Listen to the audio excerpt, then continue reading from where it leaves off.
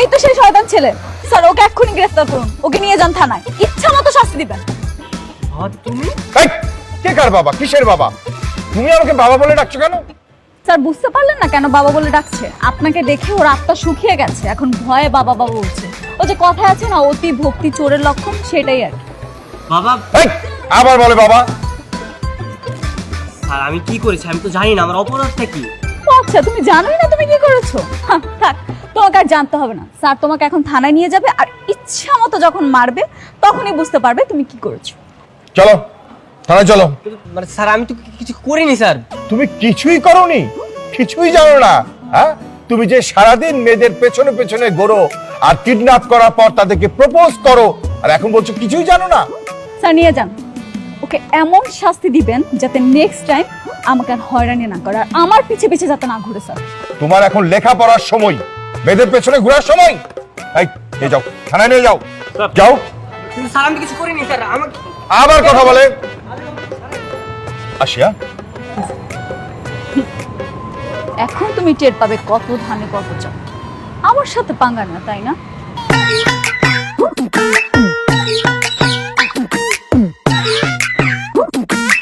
আরে তুমি আসতে এত দেরি করলা কেন? আমার যা ক্ষুধা পাইছে না। কি রে বাবা, কতক্ষণ ধরে দাঁড়িয়ে আছিস? এই তো মা, আধা ঘন্টা ধরে দাঁড়িয়ে আছি। আধা ঘন্টা? এই মিথ্যা কথা বলছিস কেন? তোর তো 4 মিনিট সময় হয়েছে। এটা কিন্তু অনেক বেশি বেশি হচ্ছে। আর কতক্ষণ বাকি আছে? 6 মিনিট বাকি আছে।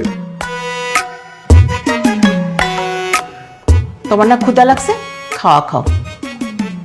Thank you. ক্ষুধা লাগছে না।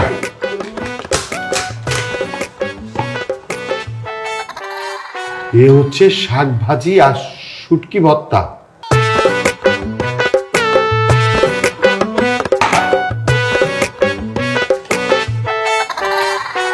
এটা হচ্ছে তোমার পছন্দের হাঁসের মাংস। এ হচ্ছে ভাত। নাও এবার আরাম করে খাও। এসবের মানে কি? রাগ করে কোনো লাভ নাই। আমার ছেলেকে গ্রেফতার করে থানায় নিয়ে আসছো, আর আমি তোমার জন্য বাসা থেকে মজা মজা রান্না করে আনবো? ভাবলা কিভাবে? দেখো আমার প্রচন্ড ক্ষুধা পাইছে, এর মধ্যে তুমি এরকম ফাজলামি করতে পারলা? ক্ষুধা পাইছে তো বাইরে গিয়ে খাও। এই কান থেকে হাত নামা, 10 মিনিট অনেক আগে শেষ হয়েছে। চল হাত ছাড়া। যেমন মা তেমন ছেলে। এই ডিউটি করো ঠিক মতো।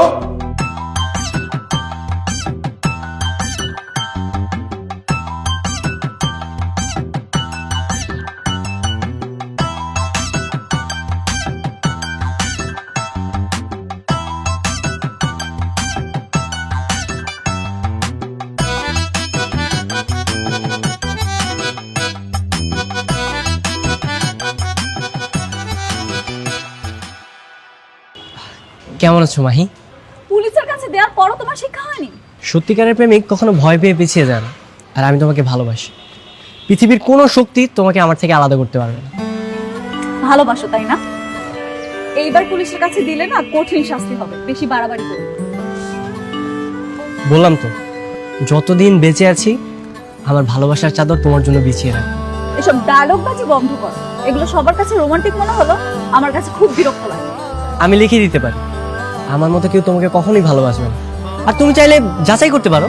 আর যদি অন্য কেউ ভালোবাসে তখন কি হবে শুনি? তখন কি হবে? কিছুই হবে না, কিন্তু আমি আমার মতো করে তোমাকে ভালোবেসে নেব। বুঝতে পেরেছি, এভাবে কাজ হবে না, উচিত শিক্ষা দিতে হবে। দাঁড়াও, আমি এক্ষুনি পুলিশে ফোন দিচ্ছি।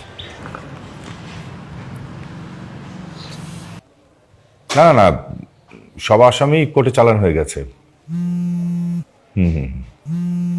ওকে, আচ্ছা ঠিক আছে, ওকে।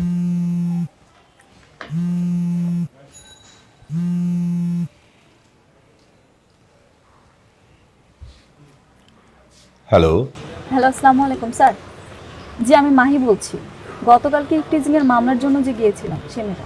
ও হ্যাঁ হ্যাঁ হ্যাঁ, মনে পড়েছে। কি অবস্থা এখন? ওই ছেলেকে থানায় ধরে নিয়ে এসে তো একদম চরম শিক্ষা দিয়ে দিয়েছি। ওই ছেলে তোমার সামনে আর কোনোদিন আসবে না, গ্যারান্টি। কিন্তু স্যার সে তো অলরেডি আমার সামনে, আর সে দাবি করছে সে কখনোই আমার পিছু ছাড়বে না। আচ্ছা আচ্ছা ঠিক আছে, আমি বিষয়টা দেখছি, তুমি কোনো টেনশন করো না। প্রয়োজন হলে ওই ছেলেকে আবার থানায় ধরে নিয়ে আসবো। স্যার এবার ধরে নিয়ে গেলে এমন কঠিন শাস্তি দিবেন যাতে ও সারা জীবন মনে রাখে। আচ্ছা, ধন্যবাদ। তুমি যতদিন আমাকে বিরক্ত করবে ঠিক ততদিন আমি পুলিশের কাছে বিচার দেব। কথাটা তোমার মনে রাখবে। মায়া তো খুব সাংঘাতিক রে, কথায় কথায় পুলিশের কাছে চলে যায়। এটাই তো মজা মামা, প্রেমের মধ্যে একটু ঝামেলা না হলে সেই প্রেম কি জমে? তা অবশ্য ঠিক।